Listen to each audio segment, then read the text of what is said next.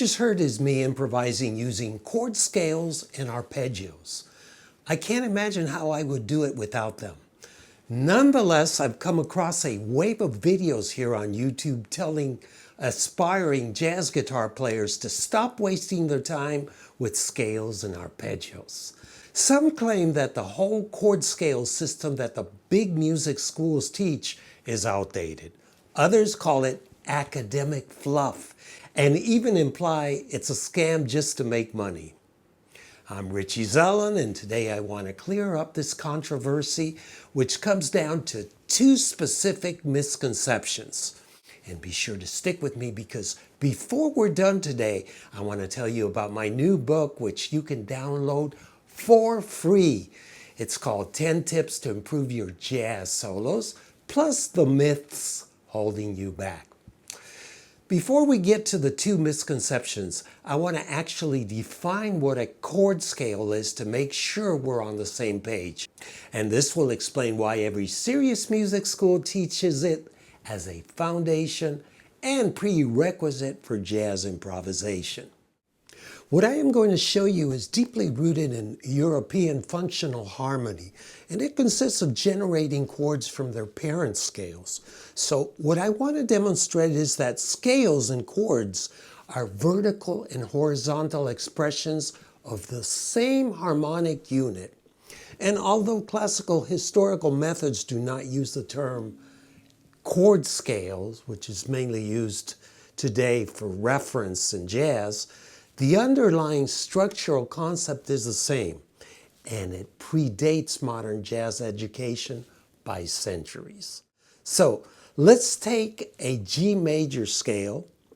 An entire major tonality is built from these 7 notes.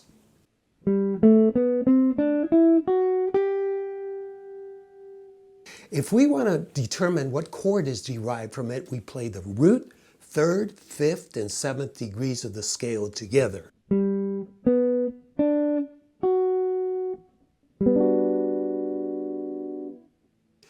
So now we know that the diatonic scale that corresponds to a 1 major 7 is the major scale, or Ionian. In a nutshell, that is what we refer to as a chord scale. And if I start the same G major scale from its 2nd note, we derive the chord scale for the 2 chord in a major key.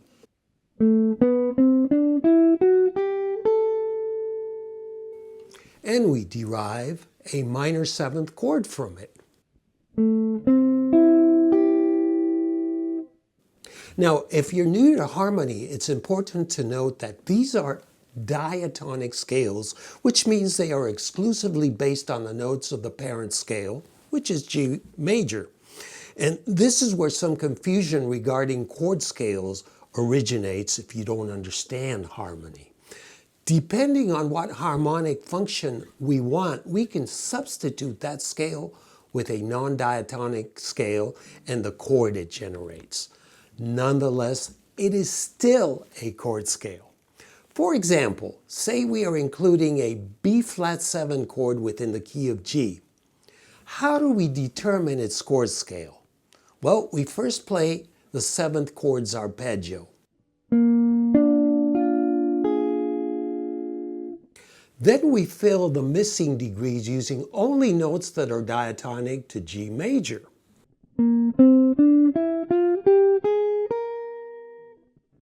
And the chord scale we end up with is a Lydian dominant.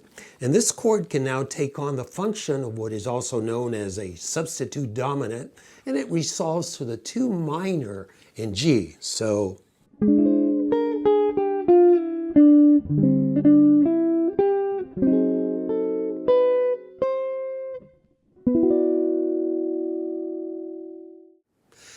this isn't a jazz school invention. This is centuries of functional harmony applied to jazz improvisation. Now, almost 9 years ago, I put out a lesson called Stop Thinking in Scales. And I want to be precise about what I actually meant, because it's been getting misread by an entire new generation of videos that are taking the concept out of context. I never said don't learn your scales. I never said don't use them. What I said was stop focusing on scales when you're improvising. Instead, focus on the melody and be sure to target the arpeggio to imply the harmony. The scale is simply your alphabet. When you speak, are you thinking about the alphabet? Of course not. It became subconsciously ingrained in early grade school so you could focus on the actual sentence, the meaning, the idea. If you still consciously had to think the letters J, A, Z, Z to say the word, you couldn't speak a coherent sentence to save your life. Well, that same analogy applies to the scale as well. So let's start with the first misconception. And just for the record, I'm not going to disclose any creator names or channels. Some of you, I'm sure, will know exactly who I'm referring to. And they have videos with titles like Stop Practicing Scales, Quit Improvising Using Scales, or I Quit Using Scales. They sound like a direct attack on everything I just covered. I'm calling this first misconception clickbait conflation. The title implies a war on chord scale theory. Strangely enough, once you click and watch, the actual content of the video doesn't directly attack the theory at all. But unfortunately, because the creator doesn't clarify this, it leaves a lot of new students completely confused. What's really happening is the title conflates a radical claim. Chord-scale theory is a waste of time with a completely standard piece of advice. Trilling scales alone won't turn you into an improviser. And every classical musician knows that. Yet those clickbait titles fool beginners into throwing the baby out with the bathwater. And we are ready to examine the second misconception. But before we do, I want to give you something that builds directly on what we've covered so far, which includes a set of proven principles to firmly guide you in your jazz improvisation studies. I just put together a brand new free ebook called 10 Tips to Improve Your Jazz Solos, plus the myths holding you back. And you can download it for free from my website, and you will also get access to the Bebop Algorithm, a 2-part masterclass. Just visit jazzguitar.richiezellen.com. And I will put a direct link in the info section below. Now here's the second misconception. This one is different, and I want to spend the most time on it because it's subtle and even a lot of smart players fall for it. It is driven by a process I call faulty historical reframing.